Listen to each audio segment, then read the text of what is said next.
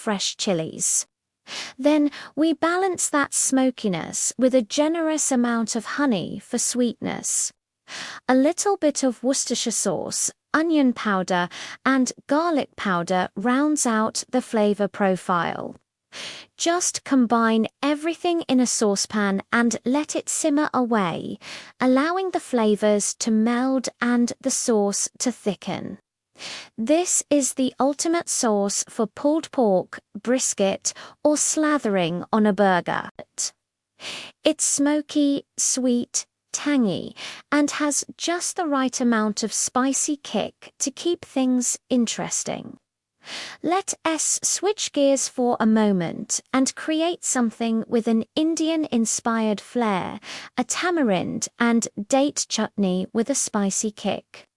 This is a classic condiment, often called imli chutney, and it's a staple in Indian street food. It's predominantly sweet and tangy from the tamarind paste and dates, but we're going to amp it up. To make it, you'll soak some seedless dates and a block of tamarind paste in hot water until they soften. Then you blend them into a smooth puree. Now, for the spice, we'll add some roasted cumin powder for an earthy aroma, a pinch of cayenne or red chili powder for heat, and some ginger powder for a little zing.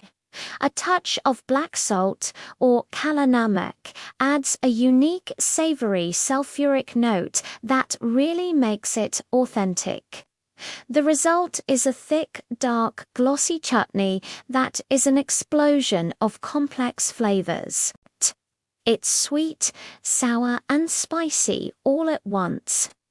This is the perfect accompaniment for samosas, pakoras, or drizzled over a chot. It also works beautifully as a glaze for roasted lamb or chicken. Our final sauce today is a personal favorite for its simplicity and bold flavor, a hot honey drizzle. This has become super trendy lately, and for good reason. It's unbelievably easy and delicious. You are literally just infusing honey with chili. You can use any chili you like. Red pepper flakes are the easiest option. For more flavor, you can use whole dried chilies, like chilies diablo, or even some fresh sliced jalapagos.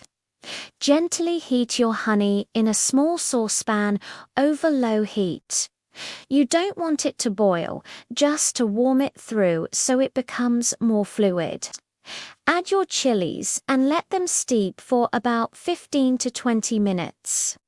The longer they steep, the spicier the honey will become. You can also add a splash of apple cider vinegar at the end to cut through the richness and add a little temps.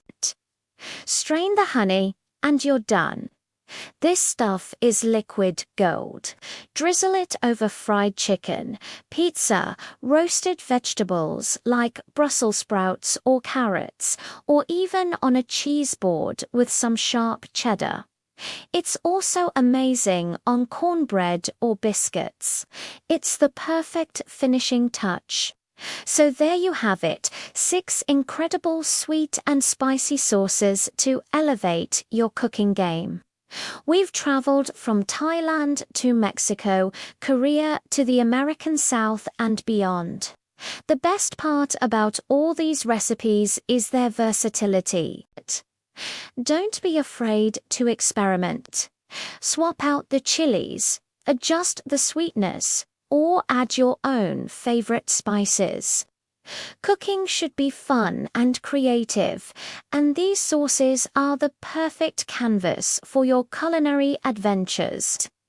Making sauces from scratch not only gives you better flavor, but also complete control over the ingredients. So you can avoid all the preservatives and excess sugar found in many store-bought versions. I really hope you feel inspired to get in the kitchen and try some of these out. Let me know in the comments which one you're most excited to make, or if you have a favorite sweet and spicy sauce of your own. I love hearing from you all. Thanks so much for watching today. If you enjoyed this video, please give it a thumbs up and do not forget to subscribe so you do not miss out on more delicious recipes.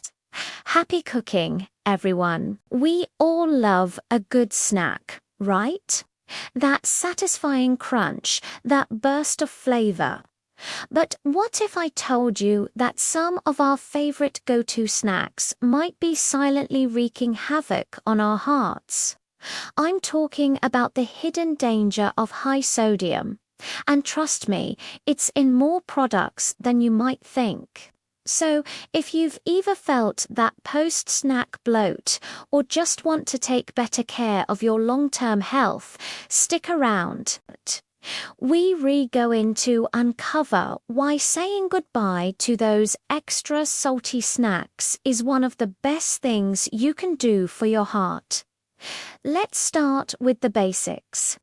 What exactly is sodium? And why is it such a big deal? Sodium is a mineral that's essential for our bodies to function properly. It helps maintain the balance of fluids in our system, and it plays a key role in nerve and muscle function. So, we do need some sodium. The problem is, most of us are getting way too much. The American Heart Association recommends no more than 2,300 milligrams a day, which is about 1 teaspoon of salt. But the ideal limit for most adults, especially those with high blood pressure, is even lower, at 1,500 milligrams per day. Now, guess what the average American consumes? Over 3,400 milligrams a day. That's more than double the ideal amount. So where is all this extra sodium coming from? You might think it's the salt shaker on your dinner table, but that's only a small part of the picture. The vast majority, over 70%, comes from processed and packaged foods. And guess which category is a major culprit? You got it, snacks. Things like potato chips, pretzels, crackers, processed meats, and even some so-called